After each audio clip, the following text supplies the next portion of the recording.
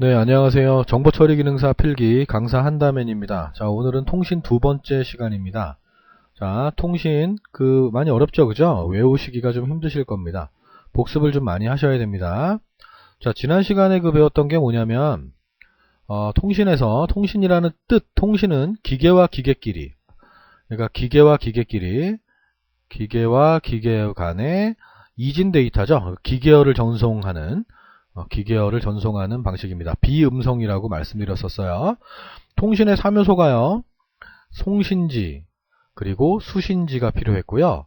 통신을 하려면 회선이 필요했어요. 다른 말로 정보원, 전송매체, 정보처리원 이렇게 필요했었고요. 그리고 데이터 전송계가 있었고요. 처리계가 있어요. 네, 두 개를 나뉘었었습니다. 전송계에서는요, DT가 있었어요. DT가 뭐였죠? 네, 터미널, 단말장치를 말합니다. 단말장치. DC가 있었어요. 신호변환장치가 있었습니다. 신호변환장치는 두 가지로 나뉘었었어요. 모뎀이 있고요. 모뎀, 아날로그 회선에서 신호변환장치였고요. 그리고 DSU가 있었어요. 디지털 회선에서 신호변환장치가 있었고요. 회선이라는 게 있었습니다. 회선. 손이 떨려서 오늘 크리스마스 다음 날인데 네, 나올 일이 좀 있어가지고 나와서 좀 수업하고 있습니다. 회선은 무선과 유선이 있었습니다. 무선은요, 무선과 유선이 있었습니다.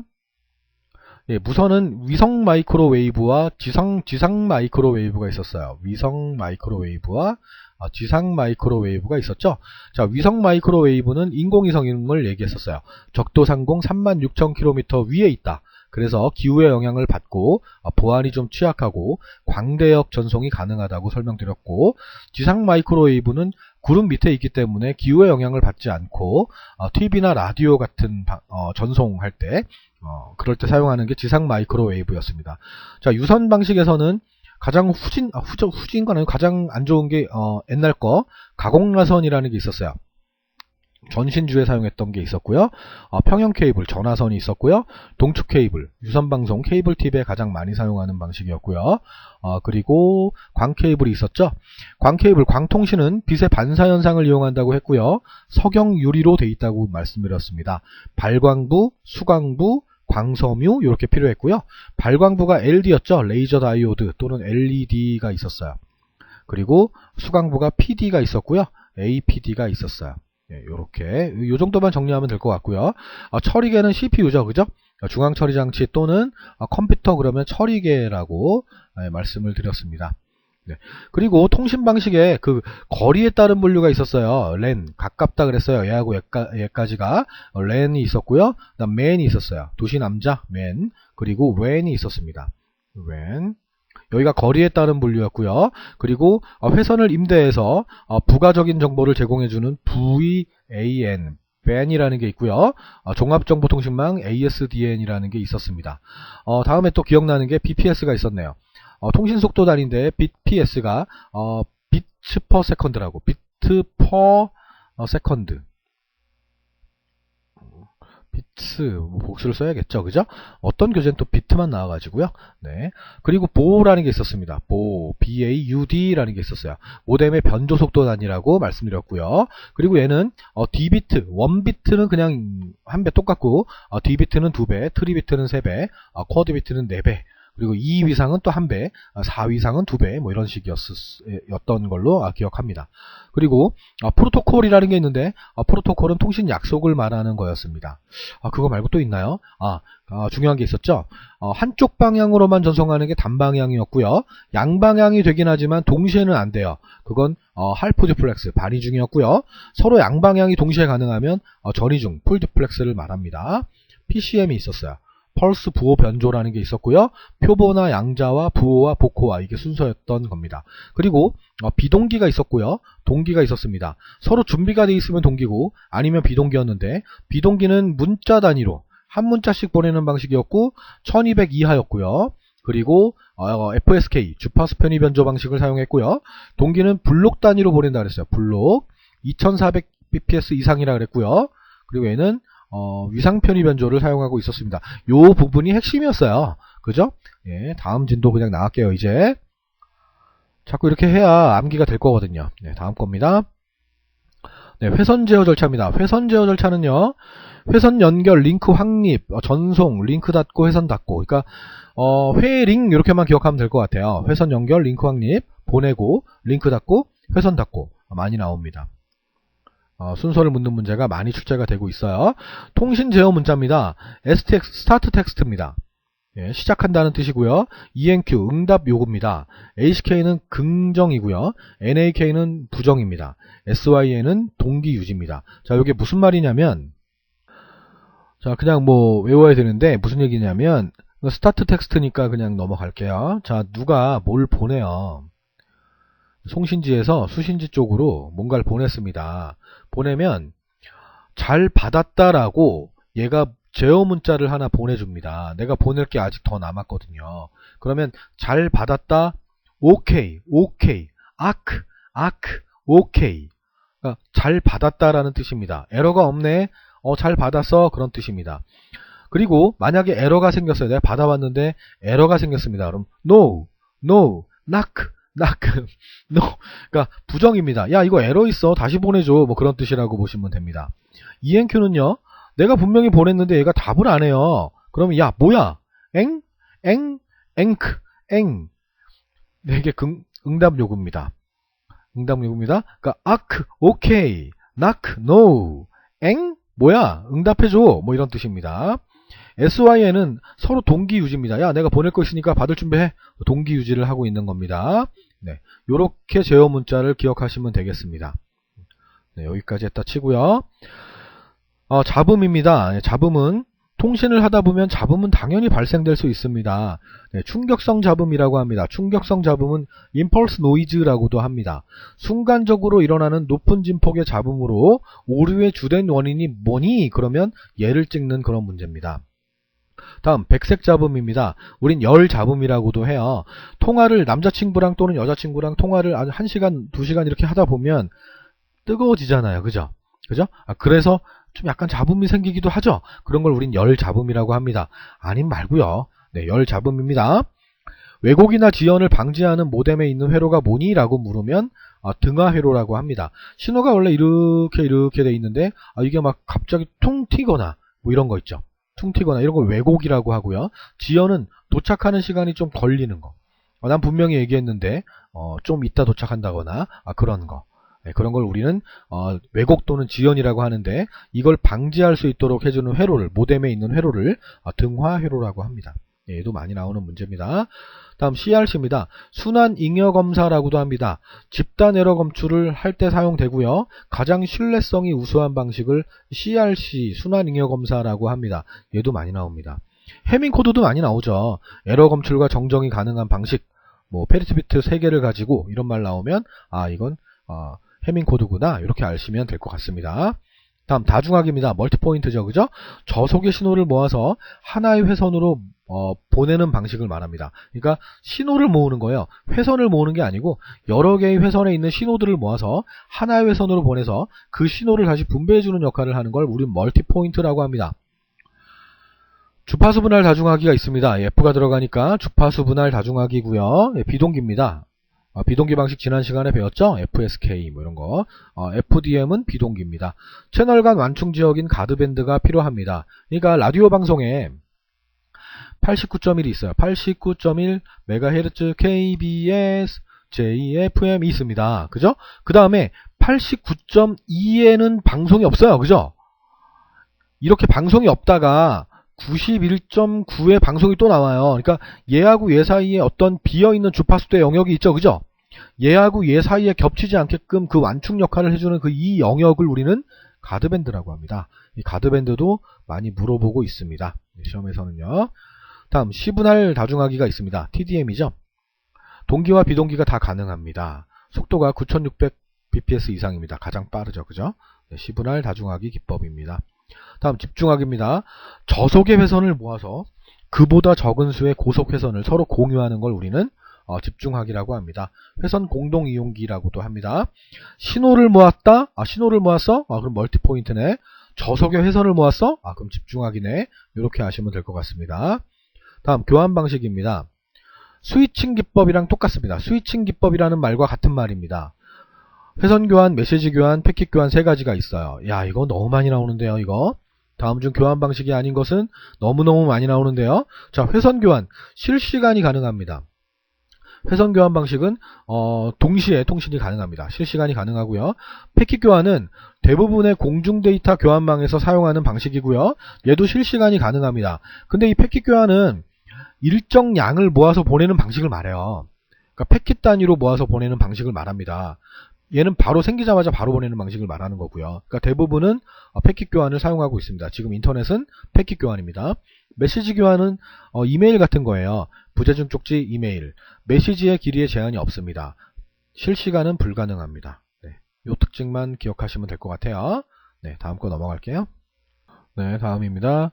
자, DTE와 DC의 접속 규격입니다. DTE가 단말기였어요. 입출력 장치였습니다. DCE는 신호 변환 장치, 회선 종단 장치를 말합니다. 이 두 개의 장치를 접속하는 규격이 있는데 EIA라는 기관의 RS232C와 ITUT라는 단체의 V24 또는 X25라는 게 있습니다. 자, V 시리즈가요. V1부터 엄청나게 많아요. X도 마찬가지입니다. 그걸 다 외울 건 없잖아요. 그죠? 어떤 교재를 보면 그게 다 나옵니다. 근데 그걸 다 외울 필요가 없단 말이에요. 그러니까 기본적인 것만 우린 좀 알자고요. 자, EIA라는 단체의 RS232C와 ITUT의 V24와 X25라는 이 두 개의 시리즈가 바로 DTE와 DCE의 접속 규격을 말하는 겁니다. 자, ITUT의 V 시리즈는 아날로그를 말하고요. X 시리즈는 디지털을 말하는 겁니다. EIA의 RS232C는요, 핀이 25핀으로 되어 있습니다. 2번 핀이 송신이고요. 3번 핀이 수신을 나타냅니다. 자, 여러분들은 좀 적어주세요. 그러니까 RS232C가 이런 반도체처럼 생겼는데 이렇게 막 이렇게 핀들이 달려 있어요. 이 핀들이 달려 있는데 이 핀의 개수가 총 25개가 있다는 얘기고요. 1번 핀이 뭐를 하냐면 1번은 접지입니다. 접지. 네, 전기가 빠져나갈 수 있게 하는 거죠. 2번이 송신 데이터, 3번이 수신 데이터, 4번이 송신 요청. 뭐 이렇게 안 써지지? 자, 5번은 송신 허가 또는 뭐 완료 뭐 이런 걸 말합니다. 자, 2번부터 5번까지 1번부터 5번까지 그 신호 핀에 대해서 이 핀에 대해서 묻는 문제들이 간혹 나오는데 가장 많이 나오는 게 2번 핀하고 3번 핀을 가장 많이 물어보고 있어요. 그래서 2번하고 3번만 정리해 놓은 건데 얘네도 그냥 알고 계시면 될 것 같아요. 나온 적은 또 있습니다. 네. 네, 이거 좀 지우고요. 자, 밑에 네트워크 형태에 따른 분류가 있는데요. 성형이라는 게 있고요. 링형, 망형, 트리형, 버스형이 있습니다. 자, 성형이라는 거는 제가 이거를 좀 깨끗하게 좀 해놓고 설명드릴게요. 자, 성형이라는 게 뭐냐면 중앙에 컴퓨터가 있어요. 중앙에 컴퓨터가 있습니다. 자, 여기에 단말기들이 이렇게 달려 있어요. 이렇게. 자, 이걸 성형이라고도 합니다. 별처럼 생겼다 그래서 성형이라고 합니다. 자, 얘는 뭐냐면 단말기라는 거는 입출력 장치예요. 그죠? 자기 자신은 뭘 할 수가 없어요. CPU가 있는 게 아니라서. 그래서 중앙의 컴퓨터에게 의뢰를 합니다. 야, 이게 뭐야? 답변해주고. 이런 걸 말합니다. 야, 여기에 좀 쪽지 좀 전해줄래? 가서 이렇게 이런 식으로 하는 걸 우리는 성형이라고 합니다. 카드 단말기 같은 거예요. 자, 가게들이 이렇게 있어요. 가게들이 있는데 여기에서 외식을 하고 결제할 때 카드 결제를 하게 되면 신호가 일로 들어갑니다. 들어가서 처리가 되죠. 승인 나죠. 그죠? 승인 나면 출력이 되잖아요. 그러니까 입출력 장치 단말기인데요. 카드 단말기라고 보시면 됩니다. 자, 그런데 만약에 얘가 고장이 났어요. 이 선이. 얘가 고장이 나면 얘 안 돼요? 얘 안 돼요? 그런 거 아니에요. 얘만 그냥 고장이 난 거예요. 근데 만약에 중앙에 있는 게 고장이 나버리면 전체가 마비가 돼요. 전체 시스템들은 카드 결제가 되지 않습니다. 됐죠? 이걸 우리는 성형이라고 합니다. 자, 링형이라는 건 뭐냐면 서로 이웃한 단말기들끼리 이렇게 연결을 해 놓습니다. 반지처럼. 요게 링형이라고 합니다. 이게 성형이에요. 자, 방향은 요렇게 돌아가서 전송을 하게 돼 있습니다. 얘한테 통신하려면 야, 전달 이렇게 하는 그런 방식을 말합니다. 얘 같은 경우는요. 얘가 고장이 나면 전체가 마비가 돼요. 얘가 고장이 나면 일로 가면 되지 않아요? 물론 되죠. 근데 한 방향으로 정해져 있기 때문에 고장이 납니다. 자, 얘 같은 경우는 근거리 통신망에서 사용되고 있습니다. 랜에서. 자, 그 다음 또 뭐가 있었죠? 트리형이 있습니다. 트리형은 이렇게 나뭇가지처럼, 트리 나뭇가지니까요. 나뭇가지처럼 이렇게 연결되어 있는 방식을 말합니다. 뭐 이렇게. 자, 그 송신지부터 목적지까지 거리가 가장 짧습니다. 가장 짧은 장점이 있습니다. 이웃한 것끼리 이렇게 연결되어 있는 방식이죠. 그 부모 자식 간의 어떤 노드가 노드라고 하죠. 이런 것들을 그런 걸 발생되게 하는 걸 우린 트리형이라고 합니다. 분산 처리 환경에 가장 적합한 방식입니다. 다음요, 버스형이 있습니다. 네, 컴퓨터 선이 이렇게 연결되어 있는데 버스 정류장처럼 이렇게 단말기가 연결되어 있는 방식을 말합니다. 자, 얘는요 어떤 장점이 있냐면 얘가 이 통신 회사에 회원 가입을 하지 않았어요. 이제 탈퇴했어요. 그러면 잘라버립니다. 누군가 신규 회원이 왔어요. 연결합니다. 그러니까 추가 제거가 상당히 용이한 그런 방식을 말합니다. 자, 얘를 버스형이라고 합니다. 얘도 근거리 통신망에서 많이 사용하고 있습니다. 자, 다음 마지막으로 망형이라는 게 있어요. 망형. 그물망자죠. 그물망자. 메쉬형이라고도 합니다. 막 서로 막 연결돼 있어요. 막 이렇게 그물처럼 막 연결되어 있는 이런 방식을 말합니다. 자, 요걸 우린 망형이라고 하고요. 지금 우리의 인터넷이 바로 이 방식입니다. 웬에서 가장 많이 사용하고 있는 방식입니다. 됐죠? 이게 좋은 점이 뭐냐면 얘가 고장이 나면 다른 방법으로 갈 수 있어요. 얘가 고장이 나면 다른 방법으로 갈 수 있어요. 그런 방식을 우리는 망형이라고 합니다. 됐죠? 네, 뭐 그런 방식을 말합니다. 네, 볼게요, 이제. 잠시만요.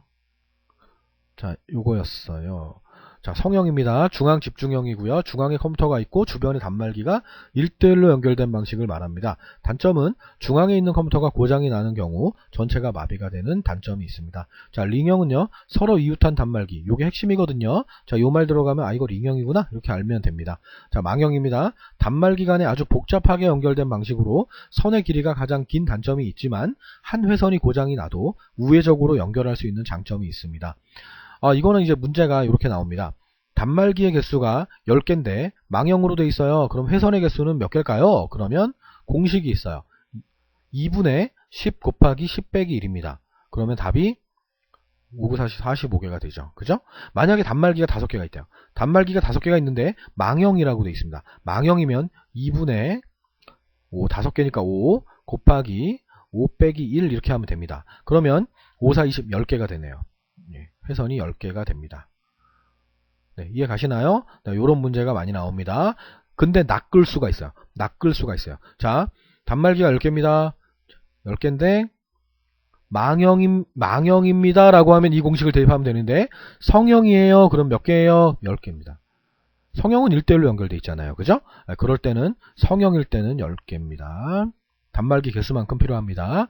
자, 트리형입니다. 회선의 길이가 짧아지고요. 분산 처리에 가능하고요. 버스형은요. 단말기의 추가 제거가 용이합니다. 자, 요거 좀 기억하세요. 아까 그림 그려드렸잖아요. 그죠? 떠올리시면 될 것 같아요. 다음 통신 서비스입니다. VOD 주문형 비디오를 말합니다. 그러니까 멀티미디어 데이터, 뭐 영화라든지 드라마라든지 뭐 이런 것들을 시간과 장소에 구애 없이 언제든지 재생 가능한 서비스를 말합니다. 인터넷 드라마 다시 보기를 우린 VOD 서비스라고 합니다. 음악 듣는 거를 우린 AOD라고도 합니다. 네. VCS 원격회의입니다. 먼 거리에 있는 사람과 컴퓨터 연결해 놓고 화상회의를 하잖아요. 그죠? 그러니까 원격회의를 우리는 VCS라고 합니다. 얘도 헷갈리면 안 됩니다. 자, FTP입니다. 파일 트랜스퍼 프로토콜 약자입니다. 파일을 전송할 때 쓰는 약속 프로토콜입니다. 업로드나 다운로드 할 때 쓰는 약속을 우리는 FTP 서비스라고 합니다. 텔넷 전화를 거는 거죠. 그죠? 전화를 걸어서 네트워크에 연결한다는 그런 뜻입니다. 원격 접속입니다. 먼 거리에 있는 컴퓨터에 접속해서 마치 그 컴퓨터가 내 것인 것처럼 이용하는 서비스를 말합니다. 지금 우리 텔넷 쓰고 있어요. 네이버에 들어가요. 네이버 들어가서 아이디와 패스워드를 집어넣어요. 집어넣으면 내 이메일과 내 거에 관련된 블로그나 이런 것들을 다 활용할 수가 있어요. 이용할 수 있어요. 마치 이 네이버 서버에 있는 컴퓨터가 내 것인 것처럼 사용하죠. 그죠? 그런 걸 우린 텔넷 서비스라고 합니다. 아이디와 패스워드가 당연히 필요하겠죠. 계정이 필요합니다. 어카운트가 필요합니다. 다음 유저 네트워크입니다. 유저 네트워크. 그러니까 뉴스그룹이라고 합니다. 그러니까 뉴스 서비스라고 보긴 좀 어렵고요. 뭐 그럴 수도 있는데 하여튼 공통의 관심사를 게시판을 이용해서 서로 질문하고 답변하고 뭐 이런 거를 우린 유저 네트워크, 유즈넷이라고 합니다.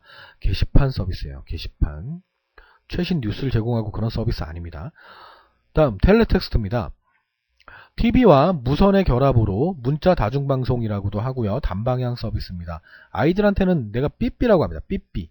삐삐가 뭐냐면 진짜 응답하란데 옛날에 핸드폰 나오기 전에 삐삐라고 이렇게 있었어요. 있어가지고 삐삐삐삐 이렇게 울리면 딱 이 액정에 전화번호가 떠요. 그럼 공중전화로 달려가서 그 전화를 하는 그런 방식이었는데 이 삐삐를 가지고 내가 전화를 하거나 메시지를 그 사람한테 그건 불가능하고요. 그냥 단지 받기만 해요. 당연히 이 삐삐는 무선이잖아요. 그죠? 무선이고 단방향 서비스가 되는 거잖아요. 이걸 우린 텔레텍스트라고 합니다. 텔레텍스트라고 합니다. 옛날에 그 남대문 시장에서 그 관광객들이 그 외국 사람들이 와서 달러를 내고 막 그러면 달러라는 게 환율이 자꾸 변경되고 있잖아요. 그죠? 그래서 그런 서비스를 제공받습니다. 그 상인들한테는 지금 현재 달러가 1달러에 얼마다 이런 서비스가 제공이 되거든요. 그걸 우린 삐삐 텔레텍스트라고 합니다. TV와 무선입니다. 무선. 네. 문자 다중방송이고요. 네, 다음 거요. 다음 비디오 텍스입니다. 자, 텔레텍스트하고 비디오 텍스하고 자꾸 비교해서 내고 있어요. 이 비디오 텍스는 TV와 유선입니다. TV와 유선, 전화선과의 결합입니다. 양방향 서비스가 가능합니다. TV와 무선, 단방향, 텔레텍스트. TV와 유선, 양방향, 비디오 텍스. 이렇게 외우세요. 다음 CDMA입니다. 코드 분할 다중 접속 방식을 말합니다. 보통 그냥 약자를 물어봅니다. CDMA가 뭐니? 코드 분할 다중 접속.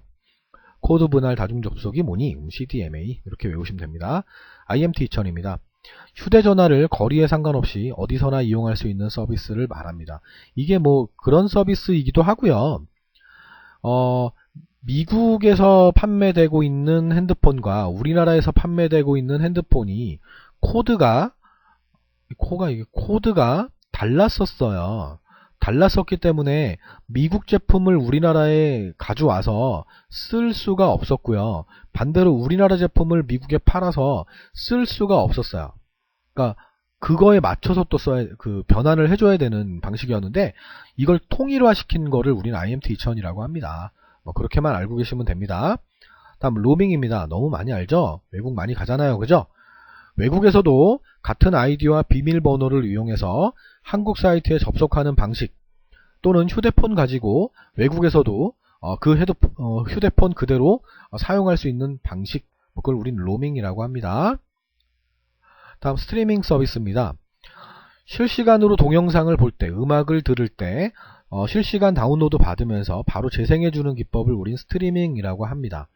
다음 버퍼링, 송신 측의 컴퓨터와 수신 측의 컴퓨터의 속도를 일치시켜주는 기능을 말합니다. 그러니까 입출력 속도를 맞춰준다, 임시 메모리다 그런 말 나오면 버퍼링을 찍으시면 되겠습니다.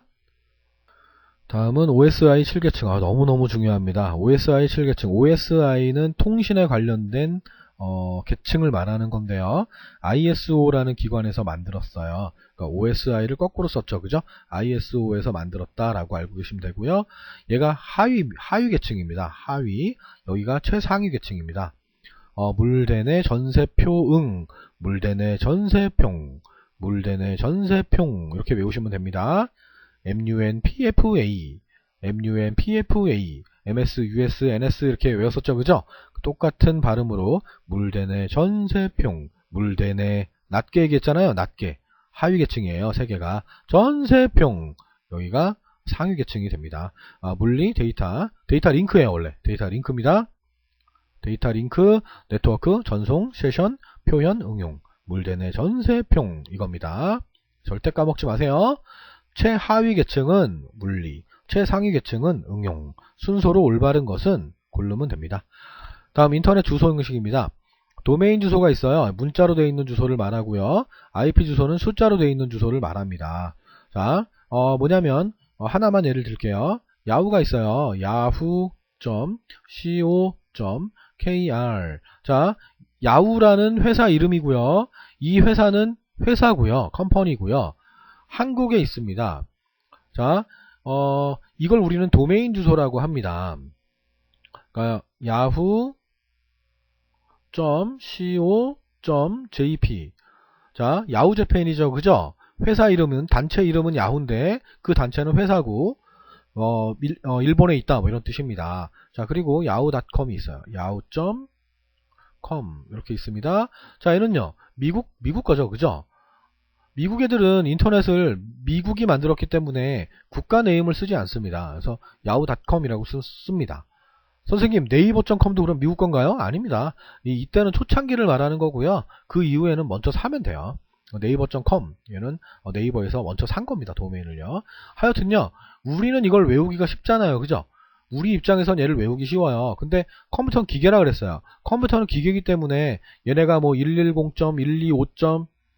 뭐 4.8이다 이렇게 그 기계 주소밖에 모릅니다. 컴퓨터는요. 근데 우리한테 이걸 외우라 그러면 당연히 못 외우잖아요. 그래서 우리는 우리가 쉽게 볼 수 있는 주소를 만들어 놨는데 이걸 도메인 주소라고 하고요. 실질적으로 그 컴퓨터가 이해할 수 있는 인터넷 주소, 이 숫자로 된 주소를 우리는 IP 주소라고 합니다. 우리가 이걸 치면요, 자동으로 이걸로 변환해서 접속을 해주거든요. 그 역할을 해주는 게 바로 DNS입니다. 도메인 네임을 숫자로 바꾸죠. 도메인 네임을 IP 숫자로 바꿉니다. 그걸 DNS라고 합니다. 자, 여기까지 됐고요. 자, 도메인 주소의 형식입니다. 이 요 가운데 있는 것들이 뭘 나타내는 건지를 말하는 거예요. 그러니까 CO, 컴퍼니죠. 그죠? 영리기관이고요. GO, government입니다. 정부기관이죠. 그러니까 청와대죠. 청와대. cwd.go.kr. 뭐 확실하지 않습니다. 그냥 이렇게 그냥 약자로 쓴 거예요. 청와대가 회사가 아니잖아요. 그죠? co.kr이 될 수가 없잖아요. 그래서 go.kr입니다. AC 뭐 교육기관이고요. edu 마찬가지고 org는 비영리 단체입니다. NENET는 네트워크고요. RE는 연구기관입니다. MIL은 미국 군사기관이고요. PE는 개인 도메인을 말합니다. 자, 알고 계시면 참 좋습니다. 또 모르니까. 자, URL이란 인터넷상의 특정 파일의 위치를 지정하는 표준 주소 체계를 우린 URL이라고 합니다. 그러니까 만약에 club.paran.com 뭐 이렇게 나왔으면 얘네들은 도메인인데 그 첫 번째 화면이 떠 있는데 그 인터넷상의 첫 번째 화면이 그 문서 이름이 만약 인덱스다. 그럼 이 index.htm이라고 이게 나올 거예요. 나오거든요. 그러면 이 index.htm이 있는 실제 위치가 바로 여기서부터 여기까지가 그 정보거든요. 그래서 그거를 우리는 URL이라고 합니다. 그러니까 뭐 하나를 더 예를 들면 네이버 기사에 어떤 연예인에 관련된 기사가 있어서 눌렀더니 이 주소 표시줄에 네이버.com 또 있고 또 쭉 해서 뭐 이렇게 있고 물결 있고 막 있잖아요. 그죠? 뭐 .asp라고도 나오고 그죠? 요거를 우린 URL이라고 합니다. 됐죠? 네, 프로토콜이 돼 있고 프로토콜, 도메인 주소, 파일 이름, 포트 번호. 원래 포트 번호라는 게 있는데 보통 생략이 돼 있어서 중요하진 않습니다. 네, 요게 URL이다. URL 뜻 정도만 좀 기억하면 될 것 같습니다. 네, 마지막입니다. 자, ARQ. 이게 마지막입니다. 자, 응답 후 재전송입니다. Stop and Wait ARQ입니다. 그러니까 뭐 송신지에서 영화 같은 걸 보내는데 A라는 거하고 B라는 거하고 뭐 C라는 걸 보내야 됩니다. 자, 그러면 받는 쪽에서 A를 먼저 이렇게 보냈어요. 보내면 송신 측에서는 얘를 보내고 기다려요. Stop and Wait. 보내고 나서 Stop 그리고 기다려요. 뭘 기다려? 아크 이걸 기다립니다. OK 또는 knock, no, 부정. 얘를 기다립니다. 그리고 만약에 얘가 왔으면 이 받은 측에서 얘를 보내줬으면 B를 보내면 돼요.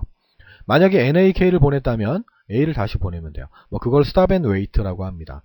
go back and ARQ가 있어요. go back and ARQ라는 게 있습니다. 자, 이건 뭐냐면 한 번에 보내요. 얘를 한 번에 보냅니다. 그러니까 도착을 하겠죠. 이렇게 한 번에 A, 뭐 B, 뭐 C 이렇게 도착을 했다 칠게요. 이렇게 도착을 했습니다. 근데 얘가 에러가 떴어요. 그러면 야, B가 에러가 떴어. 그러면 B부터 그냥 보내요. C가 에러가 있든 없든 상관없이 그냥 B부터 보내버리는 방식을 우리는 go back and ARQ라고 합니다. 됐죠?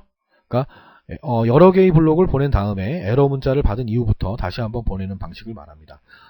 다음 선택적 ARQ라고 합니다. 적응적 ARQ라고도 하고요. 얘는 에러가 난 블록만 재전송하는 방식을 말합니다. 자, A하고 C가 에러가 떴네. 그러면 go back and ARQ였다면 A부터 C까지 또 보내야 되는데 A 한번 보내고 C 한번 보내고 에러 난 것만 보내는 방식을 우리는 말합니다. 됐죠? 긍정, 부정, 그리고 이게 있었어요. 그죠? 응답 요구, SYN 뭐 이런 게 있었어요. start text 이런 게 있었고요. 네. 됐죠? 자, 여기까지 하면 통신입니다. 자, 통신에 대한 수업을 완전하게 완료하진 않았습니다. 그러니까 자주 나오는, 그래도 좀 많이 나왔었던 문제들만 좀 정리를 한번 해봤고요.